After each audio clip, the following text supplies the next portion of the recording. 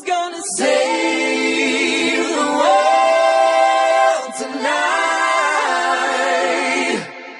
Who's gonna bring you back to life?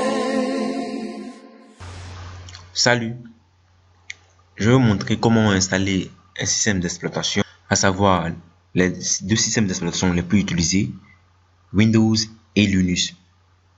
Nous allons commencer par l'installation de Linux et finir par l'installation de Windows. Ce que vous devez savoir, c'est qu'un système d'exploitation, c'est un logiciel comme ce que vous connaissez. C'est une interface entre l'utilisateur et les applications qui sont installées sur notre ordinateur. C'est comme un pont qui relie deux parties. Parce que votre ordinateur est composé de deux parties. Une partie matérielle et une partie logicielle. Donc le système d'exploitation a pour rôle de relier les deux parties. Alors le système d'exploitation par lequel nous allons commencer est Linux, qui est un système d'exploitation qui a une particularité d'être libre, c'est-à-dire open source. Le noyau de Linux est gratuit. Vous pouvez l'avoir sur internet et le modifier, faire ce que vous voulez.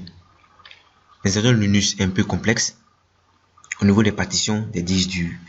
Pour installer le système de façon générale, la première chose à faire est de défragmenter votre disque.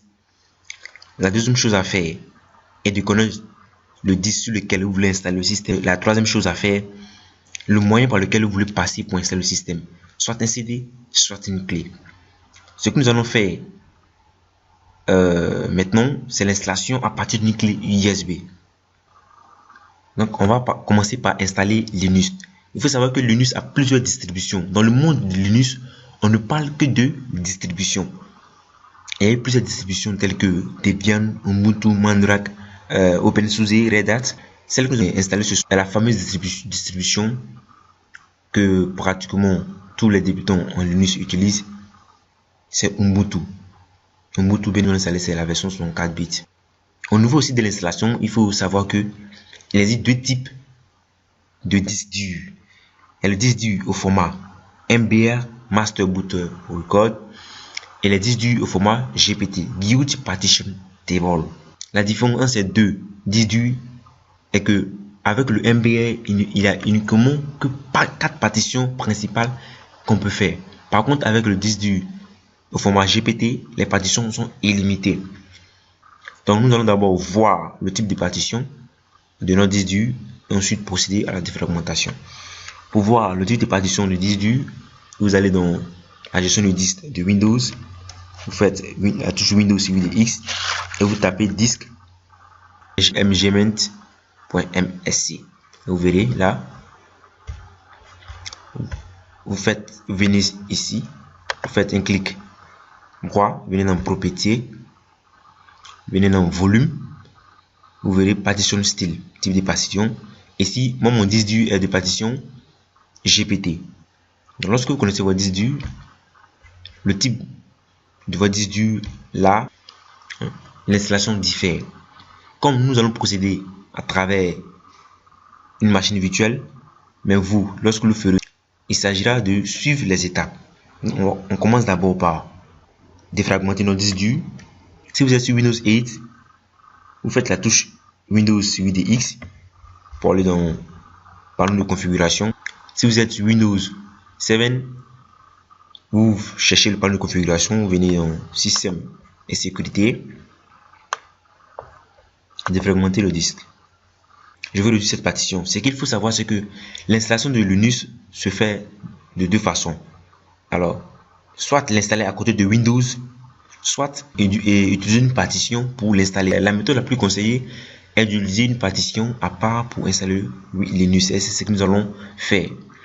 Lorsque vous allez finir de fragmenter, vous repartez dans gestion de disque.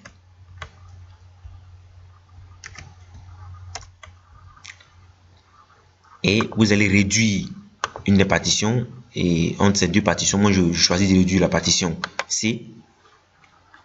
Venez réduire le volume. Voilà, voici l'interface qui permet de réduire le volume. Vous avez le total avant la réduction et la taille disponible, la taille qu'on peut réduire. Ici pour moi est de quelques pratiquement 90 Go. Voici l'espace dans lequel il faut indiquer le volume que vous voulez donner à Linux. Alors pour installer Ubuntu, on a besoin d'au moins 7 Go libre. Moi je vais utiliser ici 8 Go. Vous pouvez utiliser autant que vous voulez, 20, 50 ou 40, tout dépend de ce que vous voulez faire avec votre système d'exploitation Linux. Comme c'est une explication, je vais utiliser 8 Go et l'espace est en mégaoctets. Ce que vous devez savoir, c'est qu'un gigaoctet est égal à 1024 mégaoctets. Voilà, donc on multiplie 8 fois 1024, ça fait 8192. Et vous réduisez l'espace. Voilà, l'espace a été réduit et vous pouvez le voir, non alloué. Alors, rassurez-vous que cette partition est noire et vous fermez. Donc, c'est lorsque nous allons installer, booter sur la clé pour installer le système d'exploitation, c'est cet espace-là que nous allons utiliser pour installer Linux. Non pas à côté de Windows qui est installé ici, mais nous allons installer Linux sur cette partition. Et je rappelle au passage, cette méthode est efficace parce qu'elle permet de ne pas formater tout ce qui est sur le Windows lorsque nous sommes débutants. Et vous fermez. Alors, l'autre partie consiste à mettre le système d'exploitation Linux sur votre clé. Alors, vérifiez que vous avez une clé branchée. Moi, je vérifie si j'ai une clé branchée. Alors, j'ai une clé ici branchée. Retenez la lettre de votre disque en mobile. Il y a plusieurs logiciels qui permettent de booter une clé avec Linux. Vous pouvez avoir Unit Booting, Linux Live USB Creator, vous avez Rufus. Moi je préfère utiliser Unit Booting. Si vous ne l'avez pas, vous pouvez le trouver sur internet. Donc on va lancer Unit Booting. Et vous verrez bien la qui correspond à mon disque dur. Alors vous pouvez comme interface de ce logiciel, vous avez distribution, vous avez disque image. Nous utilisons un fichier ISO pour l'installation de nos systèmes d'exploitation. Alors donc vous venez, vous cliquez ici, ISO, et vous partez chercher le fichier ISO. Alors il est déjà là pour moi, c'est Ubuntu 14.10, donc 64 bits. Donc faites Open et espace utilisé pour réserver les fichiers de persistance après le démarrage. Vous pouvez utiliser 250, ça dépend de ce que vous voulez, c'est jusqu'à 250 jusqu'à 2 Go ou 3 Go je crois. Vous faites OK.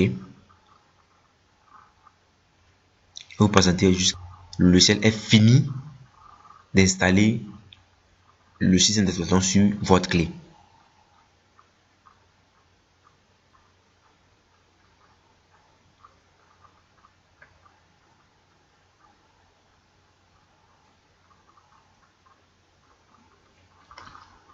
Nous sommes à 99%, ok, le fichier de persistance.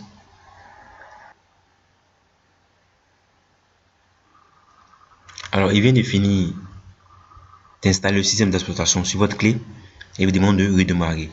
Alors, comme nous allons montrer comment, on vous montre comment installer le système d'exploitation avec une machine virtuelle, mais vous pouvez redémarrer et redémarrer à partir de la clé. Alors, vous verrez bien, vérifiez bien si le système est sur votre clé. Je peux vérifier. Alors le système est là. C'est là. Chez boot est là. Maintenant vous allez redémarrer sur votre clé. Et pour redémarrer sur la clé, pour ceux qui utilisent la touche bas, c'est la touche F12. Les HP c'est la touche F9.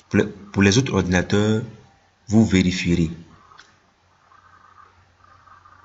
Vous verrez l'interface qui apparaît lorsque vous redémarrez sur la. J'ai un disque dur de type GPT, donc l'interface apparaît comme si. Pour ceux qui ont les disques durs de type MBR, vous verrez une autre interface. L'essentiel est que vous avez try Ubuntu without installing. Essayez Ubuntu sans l'installer. Alors il y a installer Ubuntu ou même install, ça ne nous intéresse pas. Ce qui nous intéresse, c'est installer Ubuntu. Donc vous allez cliquer sur installer Ubuntu.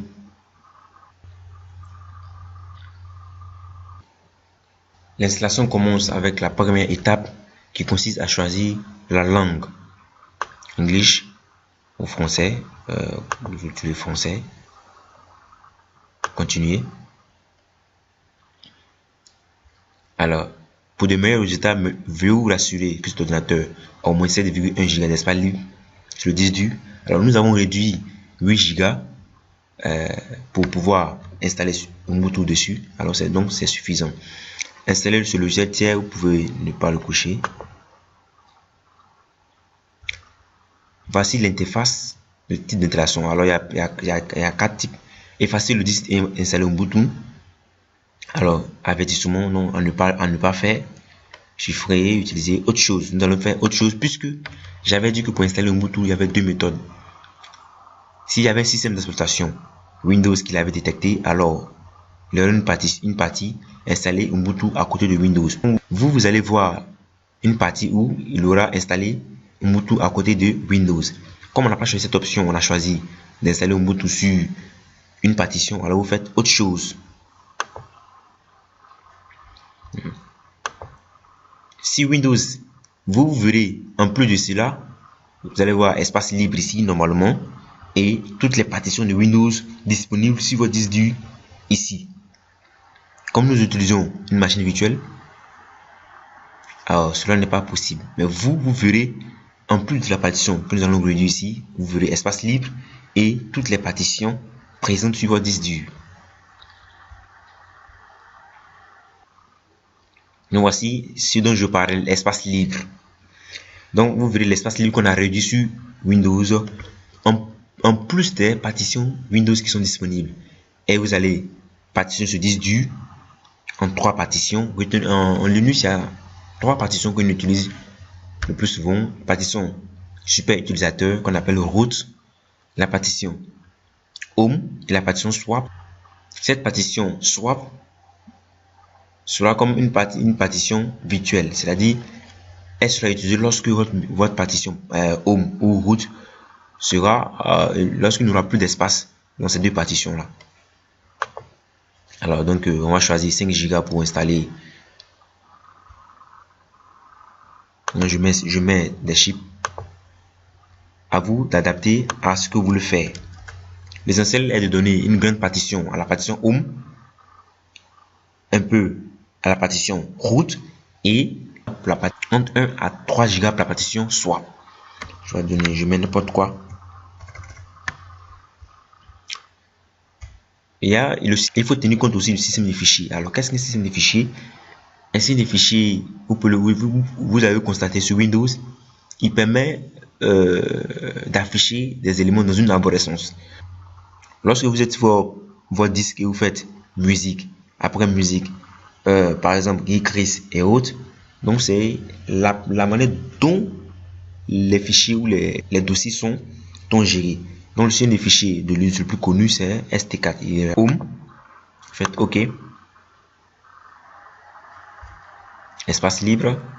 Là.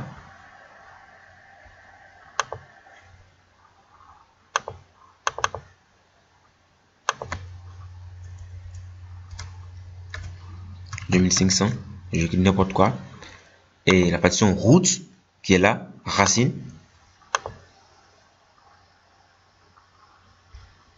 Et l'espace qui reste, vous l'utilisez pour la partition swap. Donc, je vais venir, faites swap, espace d'échange swap. OK. Vous faites installer maintenant. Voilà. Nous sommes sûrs que le formatage de nos partitions ne va pas causer de dommages. Alors, nous pouvons continuer. Continuer.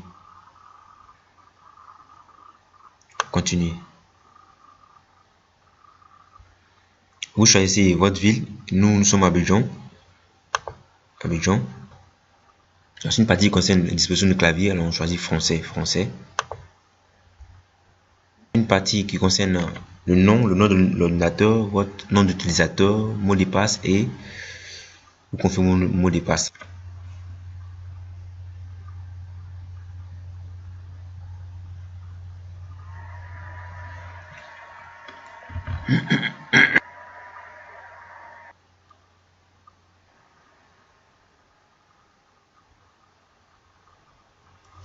Voilà, l'installation est terminée. Vous pouvez maintenant. L'installation est terminée. Vous pouvez retirer. L'installation est terminée. Vous pouvez retirer votre clé USB et redémarrer. Parfois, le redémarrage est lent. N'ayez pas peur. Maintenez le bouton allumé de votre ordinateur enfoncé jusqu'à éteindre l'ordinateur et rallumer votre ordinateur.